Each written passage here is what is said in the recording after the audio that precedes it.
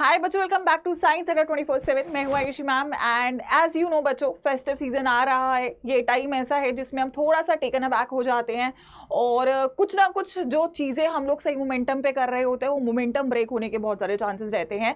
So yes, इस video में मैं आप सभी लोगों को बता रही हूँ बच्चों, क्योंकि हमारे लिए अगले 3 महीने बहुत इंपॉर्टेंट है। फेस्टिवल से थोड़ा इंजॉय भी करेंगे, लेकिन क्या आप लोग का स्ट्रैटेजी होना चाहिए, किस तरीके से आपको ये गिवन डेज को यूज़ करना है जो आपके हाथ में है, और कैसे आपको चीज़ों को प्लान आउट करना है ताकि हमारा जो टारगेट है 95% जो हमें स्कोर लाना है उसके हम लोग बच्चों नजदीक पहुंच सके। तो बिना किसी देरी के वीडियो को स्टार्ट करते हैं। मैं चाहूंगी हर एक बच्चा यहाँ पे वीडियो को जरूर लाइक कर देगा, अपने सभी दोस्तों को शेयर भी कर देगा। टॉकिंग अबाउट साइंस बच्चों, 4 मेन सब्जेक्ट्स हैं हमारे पास, फिजिक्स, केमिस्ट्री, मैथ्स, बायो और दैट इज इंग्लिश लैंग्वेज भी होगा। लेकिन मैं केवल साइंस की यहाँ पे बात करूँ तो पीसीएम और पीसीबी हमारे पास 2 कॉम्बिनेशंस हैं जो यहाँ पे हमारे पास बच्चे होंगे, और दोनों में कुछ बातें हैं जिनका हमें ध्यान रखना बहुत इंपॉर्टेंट है apart from the generic things. देखो, फिजिक्स, केमिस्ट्री, मैथ्स में हम अगर बात करें तो फिजिक्स का अगर मैं बात करूँ, इट इज समथिंग जो कि पेपर बोर्ड्स के पॉइंट ऑफ व्यू से बोलूँ तो थोड़ा सब्जेक्टिव अप्रोच ज़्यादा रखता है। तो अगर हमारे पास फॉर एग्जाम्पल हमारी डेरिवेशंस क्लियर हैं, उसके नोट्स हमारे पास है, हमारे पास जो हमारे डायग्राम्स हैं, हमारे पास एनसीईआरटी के जो क्वेश्चन है, एग्जाम्पल्स है, अगर वो हमारे पास ज़्यादा अच्छे से क्लियर है तो हम लोग बोर्ड्स में अच्छा करने के पूरे चांसेस रखते हैं। केमिस्ट्री की मैं बात करूं, अगेन बहुत ही एनसीईआरटी बेस्ड आपका पेपर रहता है, तो केमिस्ट्री में we need to focus on again NCERT, we need to focus on the notes, conceptual clarity बहुत होना इंपॉर्टेंट है। और अगर मैं मैथ्स की बात करूं तो मैथ्स में you need to practice as much as you can, specifically NCERT बहुत अच्छे से होना चाहिए। एडिशनली आपके पास एनसीईआरटी एग्जाम्पलर भी प्रॉपर्ली कवर्ड होना चाहिए, और बायोलॉजी भी फिर हमारा एनसीईआरटी बेस्ड रहने वाला है। तो अगर मैं बोलूँ, देखो केमिस्ट्री और बायो तो काफ़ी हद तक थ्योरेटिकल हैं, ठीक है। न्यूमेरिकल्स बायो में तो है ही नहीं, केमिस्ट्री में थोड़े न्यूमेरिकल्स रहेंगे, लेकिन हाँ वो परसेंटेज मतलब बहुत ज़्यादा नहीं है, राइट। लाइक अगर मैं बोलूँ तो 10% न्यूमेरिकल्स हैं या 15% न्यूमेरिकल्स है, बाकी हमारा थ्योरी है। फिजिक्स में ये परसेंटेज थोड़ा सा बढ़ जाता है, लेकिन हाँ जो अगर बच्चों को न्यूमेरिकल से डर लगता है तो ये टाइम होगा उस न्यूमेरिकल एबिलिटी को बिल्ड करने का। एंड मैथ्स में तो यू नीड टू प्रैक्टिस, जितना हम प्रैक्टिस करेंगे उतना हमारे लिए बेहतर है। तो कोई शॉर्टकट्स तो नहीं है बच्चों, और अगर हमारे पास अभी गिवन टाइम है तो हमें किस तरीके से एक एक सब्जेक्ट को लेके चलना है, क्या क्या चीजें उस सब्जेक्ट में कंप्लीट करना है, वो ध्यान रखना बहुत इंपॉर्टेंट। और अगर आपका कोई भी वीक सब्जेक्ट है तो उससे भागना नहीं है। जैसे ना बच्चे क्या करते हैं कि यार मैं फिजिक्स नहीं होता तो केमिस्ट्री और मैथ्स पढ़ते हैं, या मैथ्स नहीं होता तो केमिस्ट्री और फिजिक्स पढ़ते हैं। नहीं, आपको एक ओवरऑल अप्रोच डेवलप करना है। चाहे देखो बोर्ड्स में तो इंडिविजुअल मार्क्स चलो आने हैं कि यार फिजिक्स का अलग आएगा, केमिस्ट्री का अलग आएगा, लेकिन जब आप एक कॉम्पिटिटिव एग्जाम में जाओगे, क्योंकि ऑब्वियसली बोर्ड्स के बाद you need to give the examination, चाहे जेई का है, चाहे नीट का है, चाहे सीयूईटी का है, और उन सब में कॉम्बिनेशन लगेगा। या पीसीएम अच्छा होना पूरा सही है, जरूरी है, पीसीबी पूरा अच्छा होना बहुत जरूरी है। ऐसा नहीं है कि एक सब्जेक्ट से काम चलेगा। तो अगर जब ऑप्शन ही नहीं है तो हमारे को वो अप्रोच ही डेवलप नहीं करना कि यार कोई एक सब्जेक्ट छोड़ देते हैं उससे काम चल जाएगा, तो that is not the case at all, ठीक है। अब मैं अगर यहाँ पे बच्चों बात करूँ तो सिंपल बातें क्या है, मेजर चैलेंजेस क्या है। मेजर चैलेंजेस रहेंगे, पहली बात ऑब्जेक्टिव क्वेश्चंस इस बार मतलब जितने भी बच्चों को बोर्ड्स में प्रॉब्लम होता है ऑब्जेक्टिव में बहुत होता है, क्योंकि ना ऑब्जेक्टिव क्वेश्चंस कंसेप्चुअल क्लैरिटी मांगते हैं। थ्योरेटिकल में तो क्या है कि आप अगर फॉर एग्जाम्पल 3 नंबर का क्वेश्चन है, अगर आपने कंसेप्ट को कुछ लिख दिया है तो आपको 1 नंबर 2 नंबर फिर भी मिल जाते हैं। फॉर एग्जाम्पल मैथ्स में आपने एक क्वेश्चन को आधा भी सॉल्व किया, you will get some marks. Physics में आपने डेरिवेशन आधी लिखी, you will get some marks.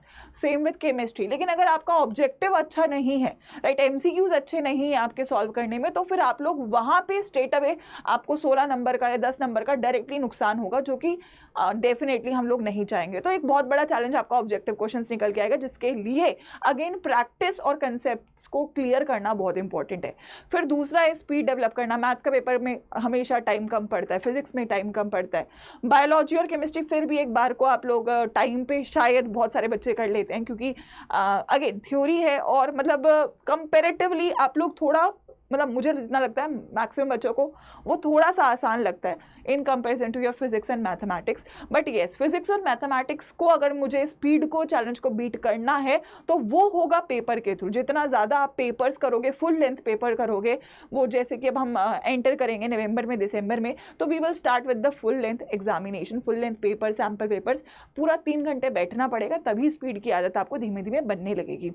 Then would be accuracy. अब एक्यूरेसी नहीं आ पाती है क्योंकि क्या होता है कि ना जल्दबाजी में हम लोग कुछ भी मार्क कर देते हैं। हम लोगों को लगता है कि यार बस पेपर अटेम्प्ट कर लें। पेपर अटेम्प्ट करना गोल नहीं है, पेपर अटेम्प्ट करना है एक्यूरेसी के साथ, सिली मिस्टेक्स को अवॉइड करना है, आइडेंटिफाई करना है कहाँ गलती करते हो, क्वेश्चन ही नहीं पढ़ते हो, क्वेश्चन ने पूछा क्या है तुमने जवाब कुछ और दिया हुआ है। सो थोड़ा सा जब दिमाग में ठहराव आएगा, ठहराव तब आएगा जब कंसेप्ट क्लियर होगा, तब जाके आप लोग प्रॉब्लम्स को वहाँ पे डील कर पा रहे होगे।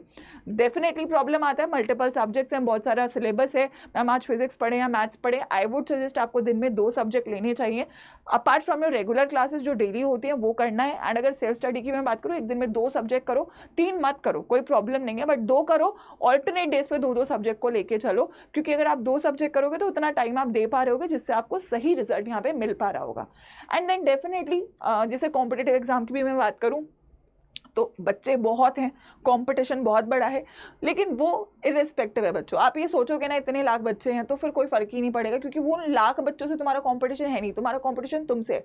तुमने जितना कल सीखा उससे ज़्यादा आज करना है, तुमने जितना कल मार्क्स सिक्योर करे उससे ज़्यादा आज सिक्योर करना है। और जब आप धीमे धीमे खुद को इंप्रूव करोगे तो आप लोग पेपर से पहले अपने बेस्ट वर्जन पे आओगे। तो आपको केवल अपना बेस्ट वर्जन करना है, आपको नहीं सोचना कि और बच्चे क्या कर रहे हैं, वो पढ़ रहे हैं नहीं पढ़ रहे हैं। आप लोगों को औरों की इस वक्त कोई चिंता नहीं करनी है, आपको केवल अपने बारे में ये सोचना है कि मैं कितना पढ़ रहा हूं, मैं कितना टाइम अपने एग्जामिनेशन के लिए यहाँ पे डिवोट कर रहा हूं। ठीक है, तो ये चैलेंजेस सबसे इंपॉर्टेंट है। अच्छा, इनको अगर मुझे डील करना है तो सिंपल बात है बच्चों, पहली बात हमारे पास जो आपको मेन गाइडलाइंस फॉलो करनी है, एनसीईआरटी कवरेज करना है by heart, line by line clear होना चाहिए। केमिस्ट्री और बायोलॉजी पर्टिकुलरली के लिए ये 2 सब्जेक्ट ऐसे हैं एनसीईआरटी के बाहर आने नहीं वाले, और एनसीईआरटी आपको छोड़नी नहीं है, जैसे कि हम यहाँ पे भी आपको पढ़ा रहे होते हैं। फिजिक्स में you need to make a derivation या फ्लो चार्ट, मतलब जो डेरिवेशंस है चैप्टर वाइज आपके पास होनी चाहिए, एक जगह पे लिखी हुई होनी चाहिए, क्योंकि अगर आपके पास शॉर्ट नोट्स ही नहीं है, नोट्स ही नहीं है, सारी डेरिवेशन नहीं है, फ्लो चार्ट्स नहीं है, ग्राफ्स नहीं है, तो आप बाद में रिवाइज नहीं कर पाओगे, राइट। सो रिवीजन के पॉइंट ऑफ व्यू से आपको ये अपना जो रिसोर्स है ये जनरेट करना है। अगर मैं बात करूं बायोलॉजी केमिस्ट्री की, तो आपको उसके अलावा शॉर्ट नोट्स और माइंड मैप्स बनाने हैं। जैसे मैं केमिस्ट्री में बोलती हूँ फ्लो चार्ट्स होने चाहिए, प्रिपरेशन के अलग होने चाहिए, ठीक है, रिएक्शंस के अलग होने चाहिए, ऐसे बायोलॉजी में जो आपके माइंड मैप्स होते हैं। तो जितना हमारे पास अभी टाइम है अपने रिसोर्सेज को इकट्ठा करने का, स्पेसिफिकली जो मेरे शॉर्ट नोट्स है, फ्लो चार्ट्स है, माइंड मैप्स है, ये मुझे अभी तैयार करके रखना है, क्योंकि बार बार मुझे इन्हीं का मल्टीपल रिविजन करना होगा। टॉकिंग अबाउट मैथ्स, मैथ्स का टोटल जो डिपेंडेंसी है वो आपकी प्रैक्टिस है। जितना ज़्यादा प्रैक्टिस करोगे, जितना ज़्यादा क्वेश्चन सॉल्व करोगे, उतना अच्छा मैथ्स होगा। तो मैथ्स का कोई शॉर्टकट नहीं है, this is the only way आप मैथ्स में अच्छा कर सकते हो। केमिस्ट्री का फ्लो चार्ट और ग्राफ शीट बनानी है फॉर फिजिकल केमिस्ट्री, तो ये हमें फिजिकल केमिस्ट्री पे फोकस करना है। तो these are the major guidelines जो आपको हर एक सब्जेक्ट के लिए फॉलो करना है। अब मैं यहाँ पे बात करूँ कि मैम हम लोग पढ़ाई करें कैसे, ठीक है। तो रिसोर्सेज जो आपके पास चाहिए फिलहाल के लिए वो है, सबसे पहले आपके पास हर एक सब्जेक्ट के शॉर्ट नोट्स होने चाहिए, फिर आपके पास पीसीएम का फॉर्मूला चार्ट होना चाहिए, बायोलॉजी छोड़ दीजिए, बट पीसीएम के सभी फॉर्मूला चार्ट चैप्टर वाइज होने चाहिए। बायोलॉजी के माइंड मैप्स हमारे पास होने चाहिए रिवीजन के लिए। जो आपकी सीबीएसई बेस्ड एमसीक्यूज हैं, कम से कम 500 पर सब्जेक्ट आपके पास होने चाहिए, ठीक है। अब इसके लिए बुक्स हैं अलग अलग, हम यहाँ पे करवाते हैं, बैचेस में होते हैं, तो एमसीक्यूज करना बहुत ज़रूरी है। Then sample papers as usual करना ही करना है, कम से कम 10 से 15 सैम्पल पेपर हमें हर सब्जेक्ट के करने हैं, और पिछले 10 सालों के पीवाईक्यू सॉल्व करने हैं। अगर हम ये सब कर लेते हैं तो आपको मार्क्स लाने से कोई भी बच्चों रोक नहीं सकता। तो स्क्रीनशॉट ले लीजिए, जो जो होता जाता है टिक टिक लगाते जाइए, ये तैयार हो गया, ये तैयार हो गया, ये तैयार हो गया। जिस दिन ये 6 के 6 चीज़ें हो जाएंगी, आप लोगों को किसी की ज़रूरत नहीं पड़ेगी, वो आपको कॉन्फिडेंस दिलाने के लिए आप खुद से ही कॉन्फिडेंट होगे कि यार अब मेरा हो चुका है, मैं कर लूंगा। तो as simple is that, this is something which you need to have. अब मैं यहाँ पे आपको एक चीज़ बता देती हूँ कि देखो 2 ऑप्शन है ये चीज़ करने के। ऑब्वियसली पहला बैचेज हैं, क्योंकि आपको पता है कि यार एक प्रीमियम आपको चीज़ मिल जाती है बैच से। लेकिन एक और चीज़ मैं आपको यहाँ पे बोलना चाहूँगी, वो है यूट्यूब, है ना। यूट्यूब पे यहाँ पे हमारी एक अभी सीरीज चल रही है जिसमें हम क्वेश्चंस कर रहे हैं, लेकिन आपको पता है एक स्पेशल लॉन्च हुआ है, राइट। अगर मैं बोलूँ तो दैट इज़ मंजिल 4.0। और मैंने हमेशा बोला है जिस भी बच्चे का जो बेसिक है अगर वो वीक है, उसके लिए इट इज़ वेरी मैंडेटरी कि आप एक ऐसी सीरीज़ को फॉलो करो जो आपकी थ्योरी, आपके बेसिक्स को क्लियर करवाए। सो CUET अड्डा पे आपको मिलने वाली है वो सीरीज़ जो कि मैंने आपको बताई भी है, जिंदगी में गम नहीं होते, राइट। सो यहाँ पे मंजिल 4.0 है, और इसका पहला सेशन अगर मैं केमिस्ट्री के पॉइंट ऑफ व्यू से बोलूँ बच्चों, तो that is going to be आपका मंडे को। तो मंडे में आप सभी लोगों को मिल रही होंगी शाम को 5 बजे, ठीक है, तो अभी के लिए ये आपको दिख रहा है कि this is for solid state, but we will start with solutions. मैं चाहूंगी हर एक बच्चा यहाँ पे सेशन को लाइक कर देगा और रिमाइंडर सेट करेगा, क्योंकि एक वीडियो में आपको एक पूरा चैप्टर मिल रहा होगा।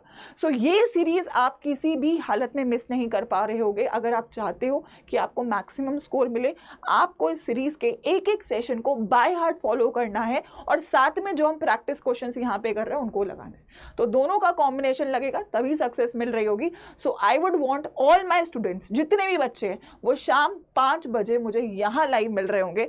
मैं चाहती हूँ ये लाइक्स हम लोग 100 क्रॉस करें कम से कम, ताकि हमें दिखे कि आप सभी लोग तैयार हो यहाँ पे मैक्सिमम रिजल्ट्स को लाने के लिए। तो मैं इस प्रॉमिस के साथ कमेंट सेक्शन को छोड़ती हूँ कि क्या आप लोग तैयार हो अगले 3 महीने जी जान लगाने के लिए, क्योंकि हम तैयार हैं आपको बच्चों बेस्ट कंटेंट दिलाने के लिए। मिलते हैं मंडे शाम 5 बजे पहले चैप्टर के साथ इन मंजिल 4.0 solutions at your CUET Adda 24/7। तो ध्यान से और याद से जुड़िएगा और हम लोग यहाँ मिलके करते हैं अपने टारगेट को मिलकर अचीव।